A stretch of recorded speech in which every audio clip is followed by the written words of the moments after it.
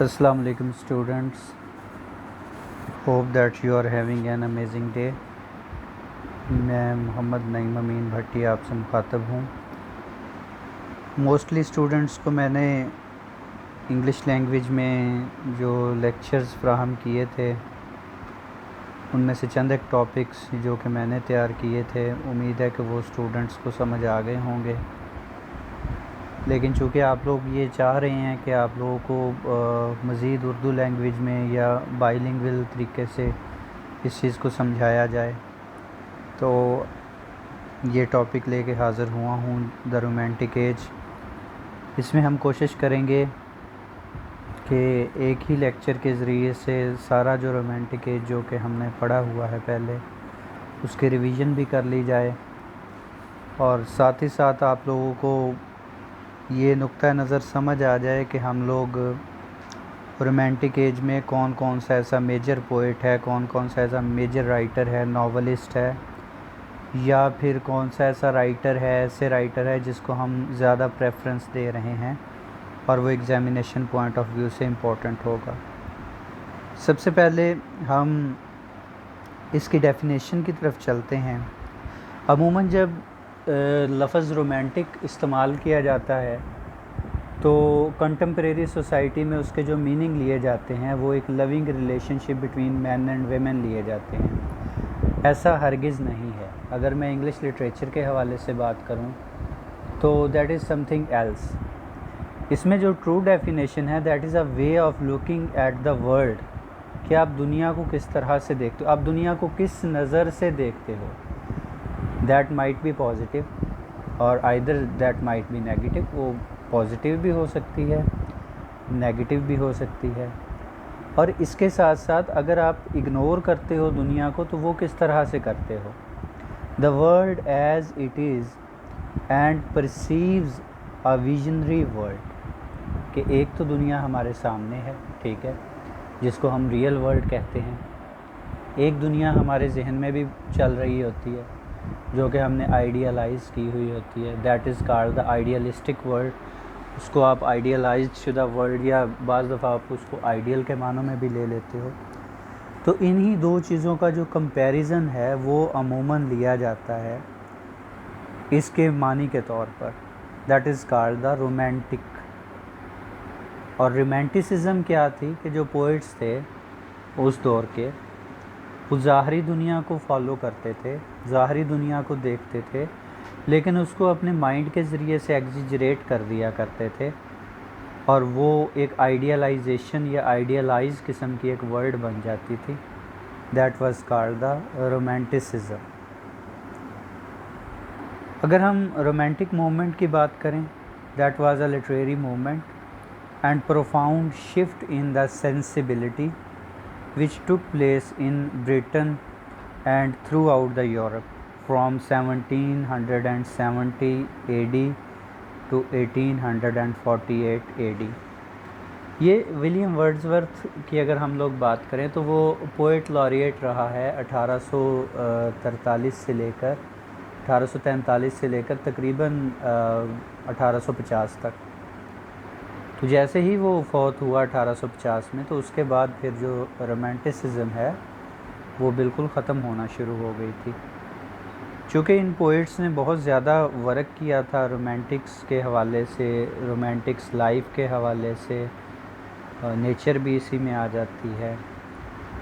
इसके अलावा जो डोमेस्टिक लाइफ है वो इसमें आ जाती है, इमोशंस और थॉट्स, फीलिंग्स, जो कि हमने इसके ऊपर एक पूरा कम्प्रीहेंसिव पहला लेक्चर किया था। ये वही वाली सारी चीज़ें हैं जो कि रोमांटिसिज्म से रिलेटेड हैं।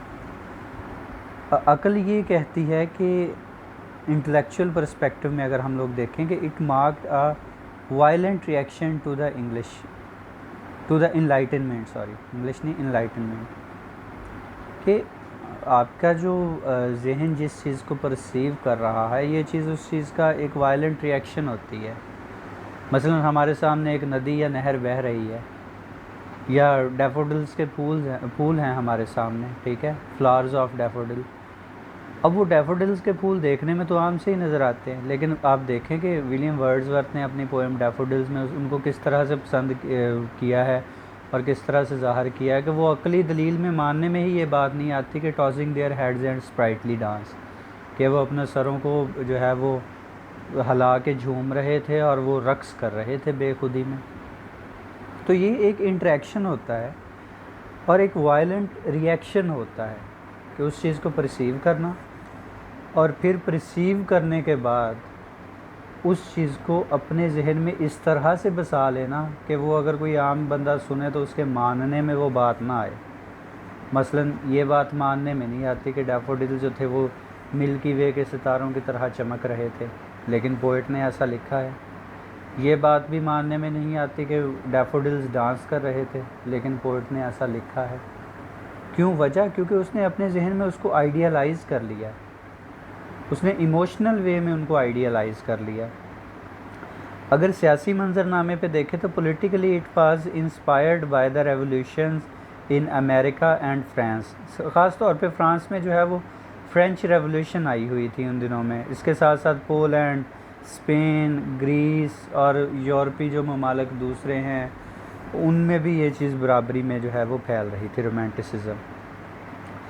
हाँ, और यहाँ पे इमोशनल जो है वो इमोशनली अगर हम इसकी बात करें तो that is all about the emotions and feelings, romanticism.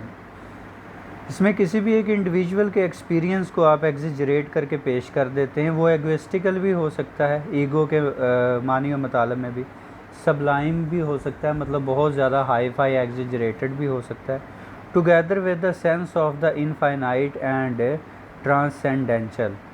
अब ट्रांसेंडेंशल जो लफ्ज़ है ना, ये ट्रांसेंडेंशलिज्म में से लिया गया है। इसी के पैरेलल एक अमेरिका में भी मूवमेंट चल रही थी जिसको ट्रांसेंडेंशलिज्म कहा जाता था। उसमें फिर वही मेटाफिज़िकल चीज़ें आ जाती हैं जो हमने पहले पढ़ी हुई हैं। वो स्पिरिचुअलिटी पे बेस करती थी। वो कहते थे कि कुदरत की हर चीज़ बनाई हुई अपने अंदर एक खूबसूरती का एक अंसर रखती है। जैसे कीट्स लिखता है ट्रुथ और ब्यूटी के बारे में। वो कहता है कि जो भी चीज़ आप ले लो नेचर की वो खूबसूरत है, नेचर इटसेल्फ एक खूबसूरत चीज़ है। तो ये इमोशंस के अंदर ये सारी चीज़ें आती हैं कि इमोशनली हम लोग देखते हैं कि वो तमाम के तमाम पर्सपेक्टिव, वो तमाम की तमाम सीनरी जो हम लोग सामने विजुअली देख रहे होते हैं उसको आप मेटाफिज़िकल वे में ले जाते हैं, उसको आप एग्जिजरेटेड फॉर्म में ले जाते हैं क्योंकि वो है रियल लाइफ की ही, लेकिन आप उसको इस तरह से बढ़ा चढ़ा के पेश कर देते हैं कि उसमें एक रोमांटिक आंसर जो है वो गालिब आने नज़र आने लगता है, उसमें खूबसूरती की एक झलक जो है ना वो दिखाई देने लगती है। और अगर आप सोशल वे में देखें तो इसमें प्रोग्रेसिव काजेज़ थे चंद एक, ये अपने आप में एक चैम्पियन थी कि प्रोग्रेसिव काजेज़ के हर चीज़ को प्रोग्रेसिव वे में देखना। दो when these were frustrated it produced a bitter gloomy and despairing outlook. कि अगर हम सिंपली देखें तो वो चीज़ वाज़े नहीं नज़र आती, ग्लूमी नज़र आएगी, एक डिस्पेयरिंग नज़र आएगी। आप ये कह लें कि है आम सी चीज़, लेकिन उनको जो है वो खूबसूरत ही इतना बना के पेश कर दिया जाता है। और मिर्ज़ा गालिब भी इसी तरह से शेर कहते थे कि आम ही चीज़ को, उनके कई अशार आपके जहन में आ गए होंगे इन्हीं चीज़ों को देख के, आम सी चीज़ों को तशबीह ही इस तरह से दे दी, इस्तारात का इस्तेमाल ही ऐसे कर लिया, मेटाफर्स ऐसे इस्तेमाल कर लिए कि वो बहुत खूबसूरत दिखाई देने लग गई। तो रोमांटिक एज जो है वो 1798 से शुरू हुआ। ये तो हमें पता ही है कि जब विलियम वर्ड्सवर्थ और सैमुअल टेलर कॉलेरिज ने जो है वो लिरिकल बैलेड्स प्रेजेंट की थी, और लिरिकल बैलेड्स को ही बेस बना के रोमांटिसिज्म का नाम लिया जाता है। ये कोलैबोरेटेड वर्क था, इन दोनों ने इकट्ठा लिखा था। और इसकी जो एंड डेट है वो अमूमन 1832 दी जाती है, लेकिन बाज़ क्रिटिक्स इस बात पे भी मुत्तफ़िक हैं कि जब तक विलियम वर्ड्सवर्थ मर नहीं गया, मतलब 1850 तक, तब तक ये चलती ही रही थी, क्योंकि वही लोग इसके करता धरता थे, उन्हीं लोगों ने इसको स्टार्ट किया था। लेकिन जो ऑफिशियल इसकी एग्ज़ामिनेशन पॉइंट ऑफ व्यू के लिहाज से जो आपने डेट जहन में रखनी है वो 1832 का सन आपने जहन में रखना है। कि वाल्टर स्कॉट जो है वो स्कॉट ग्रुप का बानी, जो दूसरा ग्रुप आपने पढ़ा ख़ास तौर पर रोमांटिक पोइट्स में, उस ग्रुप का जो बानी था, जब वो 1832 में फ़ौत हुआ तो उसके साथ ही वो कहते हैं कि रोमांटिसिज्म जो है वो डिक्लाइन का शिकार होना शुरू हो गई थी। अब इसकी जो प्रॉपर डेफिनेशन हम लोग करते हैं रोमांटिसिज्म की या रोमांटिक एज की, वो ये है कि literature depicting the emotional matter in an imaginative form, के तख़य्युलात के अंदर जाके, ख़यालात के अंदर जाके और एहसासात, इमोशंस का सहारा लेके किसी भी चीज़ को बयान करना, ये रोमांटिक डेफिनेशन है या रोमांटिसिज्म की डेफिनेशन है। या फिर आप इसको लिबरलिज़म भी कह सकते हैं। लिबरलिज़म इज़ लिटरेचर, कि लिटरेचर के अंदर आज़ादी इजहार राय का जो एक अंसर है वो गालब आ गया, that was called the liberalism. इसमें फिर इमेजिनेशन आ जाती है, इमोशन आ जाती हैं, फ्रीडम ऑफ थॉट। यहाँ पे फ्रीडम से मुराद शख्सी आज़ादी भी है और जहनी आज़ादी भी है, दोनों तरह की हैं। और romanticism stresses on the self expression, कि ख़ुद को बयान करना, अब चाहे वो बढ़ा चढ़ा के बयान कर दें, सादा अंदाज में भी बयान कर दें। एंड इंडिविजुअल यूनिकनेस, कि इंसान के अंदर, हर इंसान के अंदर एक यूनिकनेस पाई जाती है। उसी यूनिकनेस को अगर आपने पा लिया तो that is a form of romanticism. बाकी वो जो relation between a man and women है वो सानवी सी चीज़ है, वो उन लोगों के लिए है जो उसको गलत आम तरीके से लेते हैं। ऐसा बिल्कुल भी नहीं है। अमूमन आप किसी भी सॉन्ग के बारे में बात करते हैं कि जी ये सॉन्ग बड़ा रोमांटिक है, इट डज़ंट मीन कि उसमें जो फीमेल और मेल जो है वो परफॉर्म कर रहे हैं तो इसकी वजह से रोमांटिक है, नॉट एट ऑल। रोमांटिक उस वक्त होता है जब उसमें बहुत अच्छी सीनरीज दिखाई जाती हैं, उसमें जो है वो हर एक चीज़ एग्जरेट करके दिखाई जाती है, उसमें इमोशनल स्ट्रेस दी जाती है, उसमें फ्रीडम ऑफ थॉट होती है, किसी भी तरह की फ्रीडम हो सकती है उसमें इमेजिनेशन का आंसर होता है, उसमें लिबरलिज़म होता है, ठीक है। तो ये सारी चीज़ें जो है वो उसको रोमांटिक बनाती हैं। नेक्स्ट हम लोग बात करते हैं क्लासिकल एज और रोमांटिक एज का, थोड़ा सा कंपैरिजन दिया गया है। क्लासिकल एज में जो ज़्यादा स्ट्रेस दिया जाता था वो फेथ एंड रीज़न, इस पर दिया जाता था। Interest in urban society, public impersonal poetry थी, और concern with the scientific and the mundane, या आम जो है वो रीज़नेबल नॉलेज, उसके ऊपर जो है वो ये जो है वो नॉलेज को प्रेफर किया जाता था। जबकि रोमांटिक एज में थोड़ा सा डिफरेंस ये है कि faith in the senses, sense के ऊपर फेथ किया गया, हमारी जो हवासे खमसा हैं उसके ऊपर, हमारी जो फीलिंग्स हैं, एहसासात हैं उसके ऊपर, और हमारी जो इमेजिनेशन यानी कि तख़य्युलात हैं उसके ऊपर ये एम्फेसिस किया गया। रूरल लाइफ को बहुत ज़्यादा एम्फेसाइज़ किया गया। वहाँ पे क्लासिकल एज में अर्बन सोसाइटी को फ़ौक़ियत दी जाती थी, लेकिन जो रोमांटिसिज्म है उसमें देहाती ज़िंदगी को यानी कि जो रूरल लाइफ है उसको ज़्यादा बयान किया गया। ये सब्जेक्टिव है, मतलब जो रोमांटिक एज की जो पोइट्री है उसमें हर एक चीज़ जो है वो सब्जेक्टिव वे में एक्सप्लेन करके बयान की गई है। और इसमें ज़रा मिस्टीरियस थाट्स आ जाती हैं, उसमें साइंटिफिक थी, इसमें मिस्टीरियस है। मिस्ट्रीज़ को ज़्यादा दे, जैसे Lucy grey poem, Lucy grey की जो पोएम्स हैं जो कि विलियम वर्ड्सवर्थ ने लिखी, उसमें हर एक चीज़ मिस्टीरियस वे में दिखाई गई है। या rime to an ancient mariner, वो भी उसमें हर एक चीज़ जो है वो मिस्टीरियस वे में दिखाई गई है। और ये शिफ्ट थी, मतलब ये क्लासिकल एज से फ़ौरन से शिफ्ट हम लोग कर गए थे रोमांटिक एज में। अब रोमांटिसिज्म में सब्जेक्टिविटी आ जाती है, स्पॉन्टेनियस होती है, ये इमेजिनेटिव होती है, फ्रीडम फॉर रूल्स है, devotion is superior to the beauty. इसके अलावा जो है वो सॉलिटरी लाइफ के बारे में बात की गई है, love and worship of the nature के बारे में बड़ी बात की है, फैसिनेशन की बात की जाती है, फैंटेसी वगैरह के बारे में बात की जाती है, पास्ट, मिथ, मिस्टिसिज्म और मिडल एजेस का जो है वो थोड़ा बहुत इसमें कंसेप्ट दिया जाता है। ये वही वाली चीज़ हैं, 5 आइज़, ये आपने जहन में रख लेने हैं, बहुत इम्पॉर्टेंट है। पहला है इमेजिनेशन, दूसरा आइडियलिज़म, जैसे कि मैंने कहा कि हर चीज़ को आइडियलाइज़ कर लिया जाता है।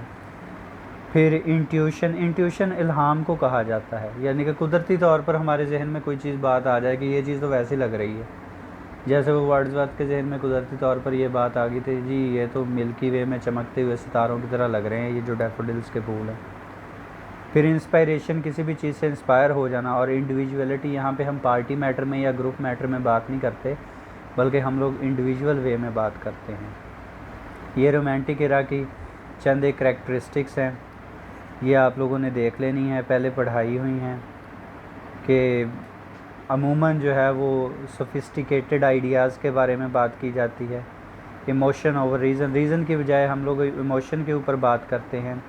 नेचर ओवर आर्टिफिशियल, आर्टिफिशियल चीज़ों से ज़्यादा हम लोग नेचुरल चीज़ों को ज़्यादा फ़ोकियत देते हैं।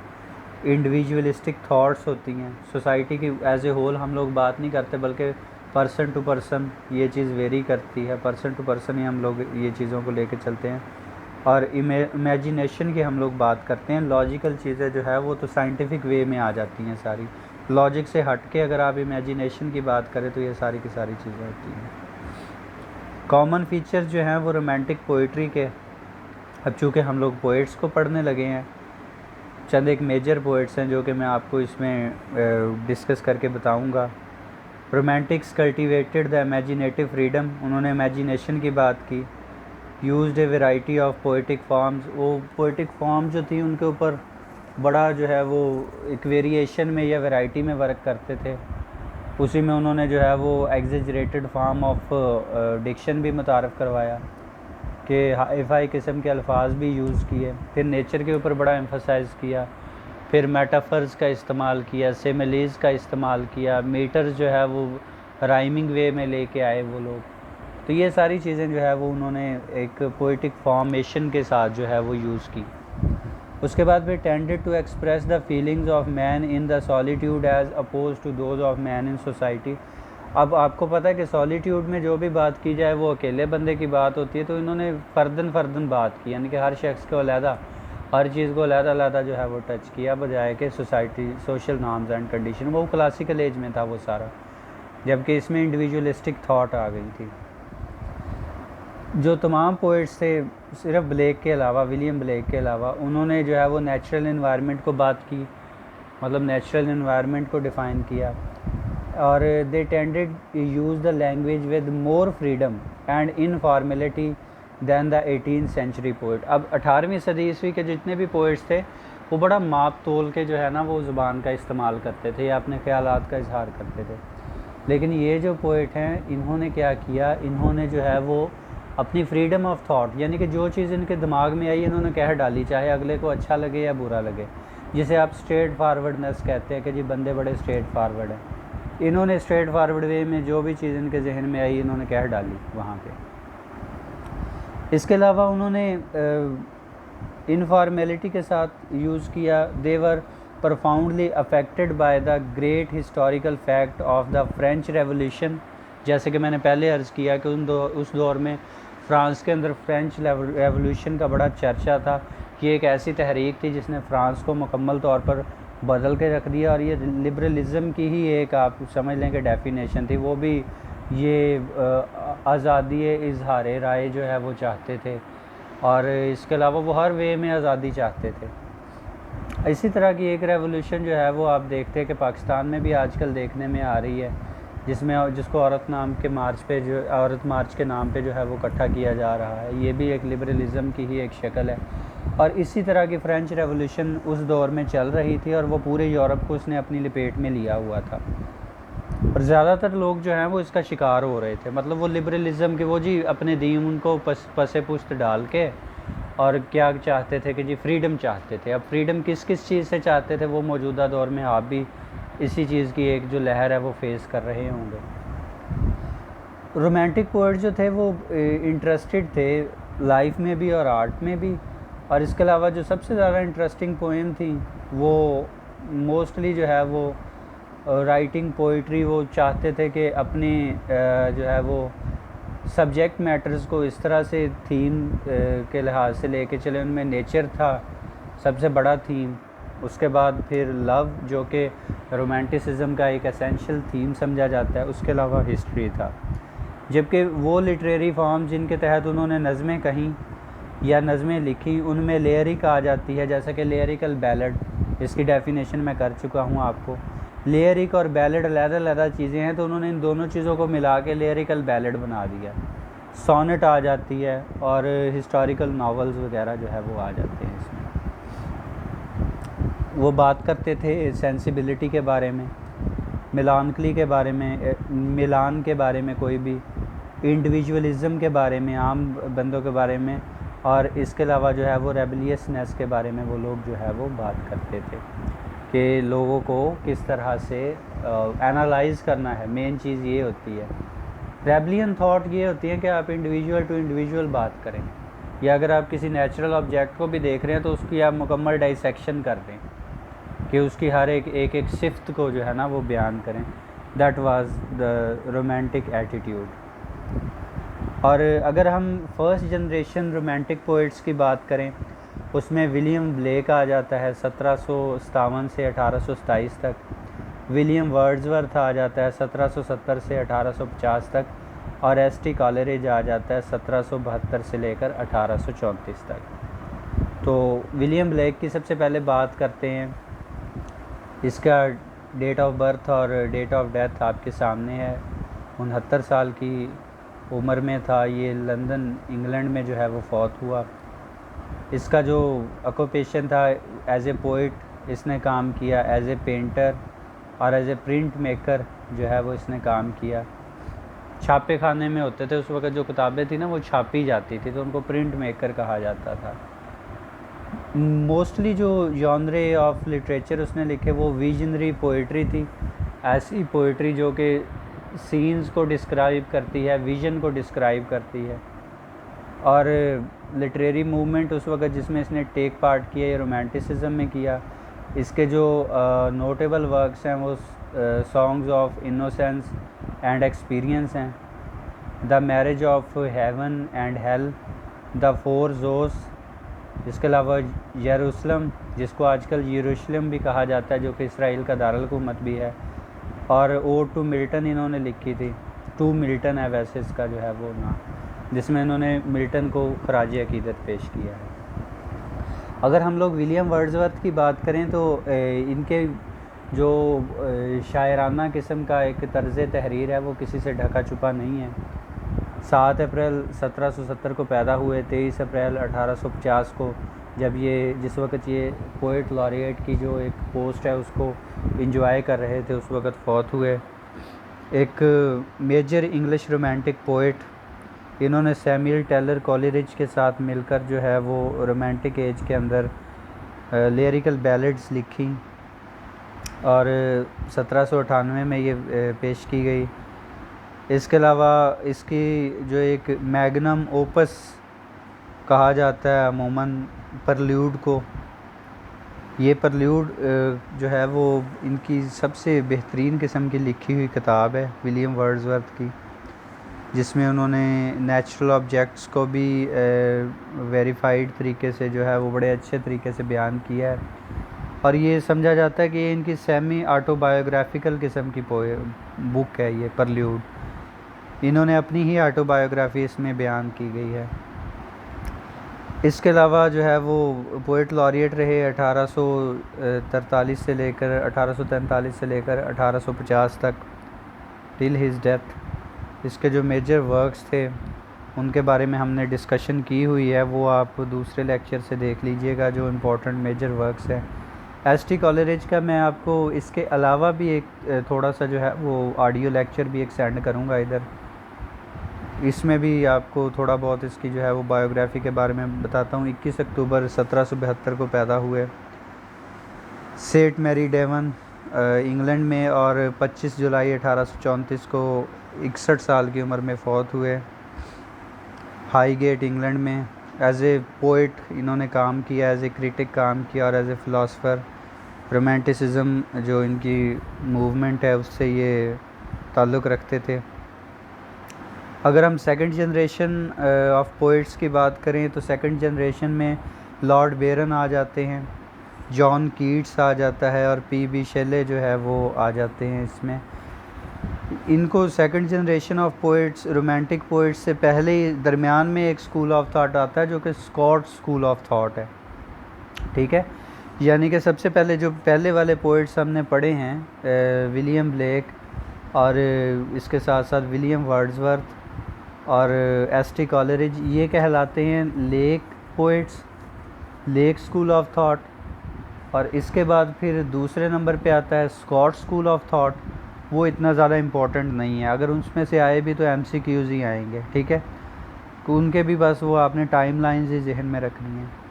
जबकि तीसरा और आखिरी जो स्कूल ऑफ थॉट है, जिसको second generation of romantic poets भी कहा जाता है, that is called the younger group. इनको यंगर ग्रुप भी कहा जाता है क्योंकि इनकी जो उम्र थी वो बहुत थोड़ी थोड़ी थी। और ये जो आपके सामने इस वक्त उम्र लिखी हुई है, ये अथेंटिक नहीं है, आपने ये नहीं करनी है। मतलब ये 1757 से 1827 नहीं है, ठीक है। और ना ही ये 1770 से 1850 है, ये गलत लिखी हुई है। ये आपने ये वाली स्लाइड नहीं करनी है, ठीक है। ये सिर्फ मैंने आपको second generation of romantic poets देने थे, इसीलिए आपको सिर्फ नाम आपने देखना है। हाँ, ये जो यहाँ पे लिखा हुआ है ना P.B. शेले का, ये 4 अगस्त 1792, ये आपने करनी है इसकी, क्योंकि ये 1792 में पैदा हुआ था। और ये जो यंगर ग्रुप वाले हैं, इनमें से कोई भी जो है वो 35-36 साल की उम्र से ऊपर नहीं गया। ज़्यादा से ज़्यादा जो उनकी उम्र बनती है, ये को तकरीबन आप यूँ समझ लीजिए कि 35 साल या 30 साल या 35 साल बनती है हर एक पोइट की। इसलिए इनको यंगर ग्रुप कहा जाता है, क्योंकि ये यंग एज में ही फौत होते चले गए थे। 4 अगस्त 1792 को ये पैदा हुआ था फील्ड प्लेस हॉर्शेम में, जो कि ससेक्स इंग्लैंड में वाक़ है। और 8 जुलाई 1822 को ये फौत हुआ 29 साल की उम्र में, लैरेसी किंगडम ऑफ सार्डिनिया, जो आजकल इटली समझा जाता है। ये कहा जाता है कि ये इटली में चला गया था। और इसका जो एज ए पोइट इसने काम किया, एज ए ड्रामाटिस्ट काम किया, ऐसे राइटर था और नावलिस्ट था।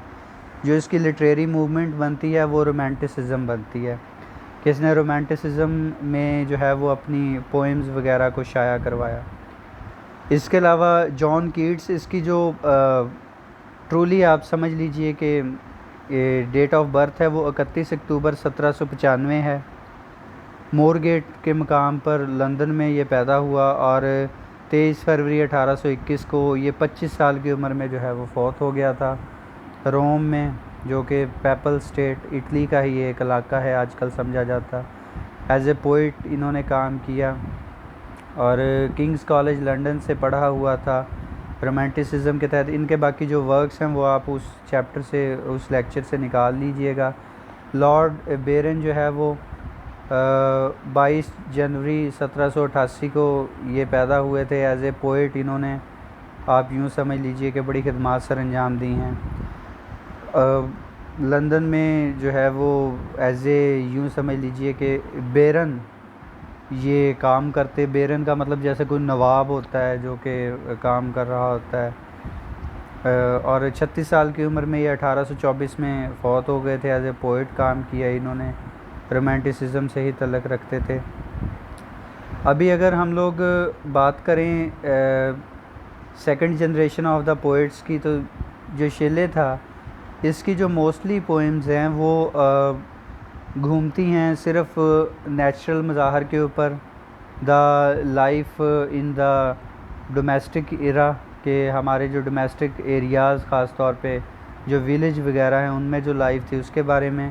अगर हम लोग जॉन कीट्स की बात करें तो कीट्स जो था ये पोइट ऑफ ब्यूटी और poet of nature, the poet of truth, the poet of art, the poet of representative of younger people, the poet of love, इन सारी चीज़ों का ये पोइट है। और इसके जितने भी वर्क्स हैं उसमें इसने जो है वो बड़े एक एलेबोरेटिव वे में इन चीज़ों को जो है वो डिफ़ाइन किया है। Like beauty is truth, truth beauty that is all.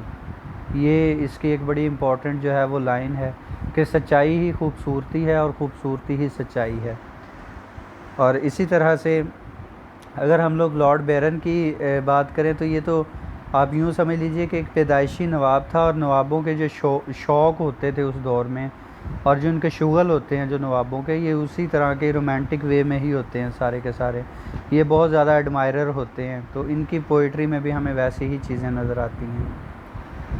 अगर हम क्रिटिसिज्म के वे में बात करें तो विलियम हैज़लिट, इसके अलावा चार्ल्स लेन और थॉमस डी क्विंसी और एस.टी. कॉलरिज, इन्होंने एज ए क्रिटिक भी काम किया कि ये क्रिटिसाइज़ किया करते थे उस दौर के जो पोइट्स हैं उनको पॉजिटिवली भी क्रिटिसाइज़ किया करते थे, नेगेटिवली भी क्रिटिसाइज़ किया करते थे।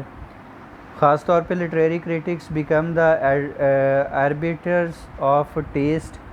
इसके अलावा debate over the artistic values as well as the utilization value of the critical literature, कि ये जो आर्टिस्टिक थॉट्स थी उनको हमेशा जो है वो एडमायर भी करते थे, और अगर किसी ने नहीं ठीक लिखा तो उसको क्रिटिसाइज़ भी करते थे।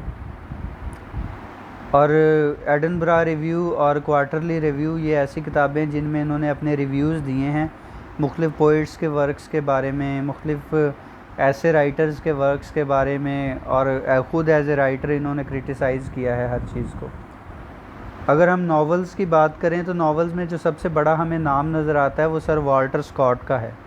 सर वाल्टर स्कॉट ने ना सिर्फ मतलब पोइट्री लिखी बल्कि इन्होंने नॉवेल्स में भी बड़ा अच्छा जो है वो काम किया। Novels that reconstruct a past as often when two cultures are in conflict. तो ये वो क्लासिकल कल्चर और रोमांटिक कल्चर का एक कंपैरिजन बयान करते हैं। इनके जो नॉवेल्स हैं ना उनमें क्लासिकल की भी आपको एक झलक नज़र आएगी, लेकिन इन्होंने एट द एंड इन्होंने ये कहा है कि जो रोमांटिसिज्म था that was even better than the classicism. ये फिक्शनल कैरेक्टर्स पेश करते हैं, interact with the historical figures in actual events. Sir Walter Scott is considered as the father of the historical novels. The Waverley novels 1814 to 1819 and Ivanhoe, ये 1819 में जो है वो publish हुआ था, इनके चंद एक नावल्स में से एक। इसके अलावा जेन ऑस्टन, इनके जो नावल ऑफ मैनर्स हैं इनको इन्होंने बहुत ज़्यादा जो है वो फोकियत दी उस दौर के जो रोमांटिक राइटर थे उन्होंने, और ख़ास तौर पर जो पढ़ने वाले थे।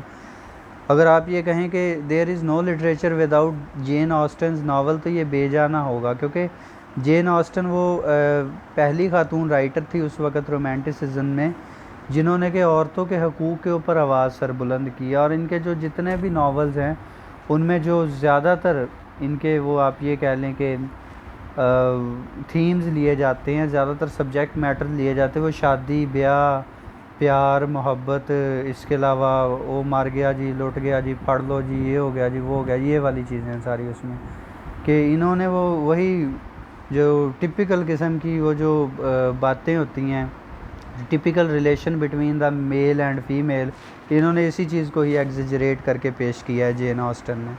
प्राइड एंड प्रेजुडिस इनका बड़ा अच्छा नावल है, ठीक है। ईमा जो है वो लिखा है इन्होंने, और भी 2-3 नावल्स हैं इनके बहुत अच्छे जो कि रिलेटेड हैं to the love, to the idealism ख़ास तौर पे, और लव अफेयर्स और इन चीज़ों के बारे में इन्होंने लिखा है।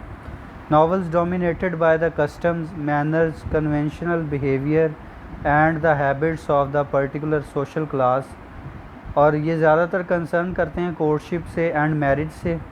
रियलिस्टिक कुछ हिस्सों में, कुछ हिसाब से रियलिस्टिक भी है और कुछ हिसाब से ये स्टायरिक भी है, यानी कि सिटायर में भी इन्होंने लिखा है।